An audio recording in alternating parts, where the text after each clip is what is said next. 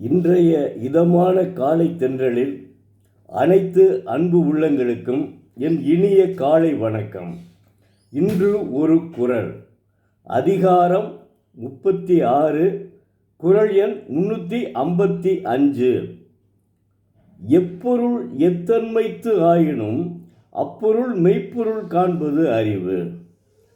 தெய்வப்புலவர் திருவள்ளுவர், யாதொரு பொருள் யாதோர் இயல்பாய் தோன்றினாலும் அத்தோன்றிய ஆற்றை கண்டொழியாது அப்பொருளின் கண்ணின்று மெய்யாகிய பொருளை காண்பதே மெய் உணர்வதாகும் என்கிறார்.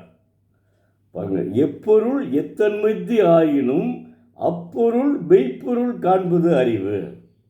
எவ்வளவு அற்புதமாக சொல்லியிருக்கார். அதாவது தோற்றத்தை மட்டும் கண்டு மயங்கி ஒரு பொருளினுடைய தன்மை இன்னது என்று கொண்டு விடக்கூடாது.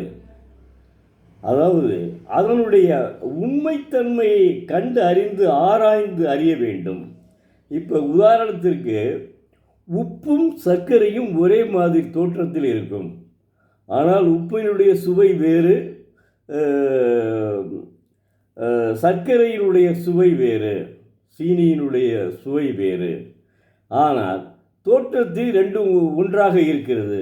அது மாதிரி உலகத்தில் உள்ள பொருள்கள் எல்லாம் உலகில் உள்ள பொருள்கள் எல்லாம் அதனுடைய தோற்றத்தை பார்த்து நாம் அதனை இவ்வாறு தான் இருக்கும் என்று எடை போட்டு விடக்கூடாது. அவற்றின் தோற்றத்தை கொண்டு அவற்றின் தன்மை இது என்று முடிவு கட்டி விடக்கூடாது. அந்த பொருளினுடைய உண்மைத்தன்மையை ஆராய்ந்து கண்டறிய வேண்டும். அதுதான் மெய்யறிவு, அதுதான் தெய்வம். அதாவது ஒரு பொருளை பார்த்த உடனே அதை கண்டு மயங்கி இது நல்லது தான் அப்படின்னு நினச்சிடக்கூடாது. அதனுடைய உண்மைத்தன்மையை கண்டு ஆராய வேண்டும். அதைத்தான் அவர் என்ன சொல்றார், எப்பொருள் எத்தன்மைத்து ஆயினும் அப்பொருள் மெய்ப்பொருள் காண்பது அறிவது. மெய்யறிவு, அதான் மெய்ப்பொருள் ஒரு அதிகாரத்தை கொடுத்துருக்காரு.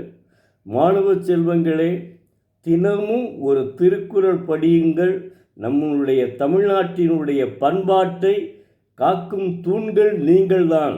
50 ஆண்டுகளுக்கு முன்பு தமிழ்நாடு எப்படி இருந்ததோ அது மாதிரி அதனை காக்க வேண்டிய தூண்கள் நீங்கள்தான்.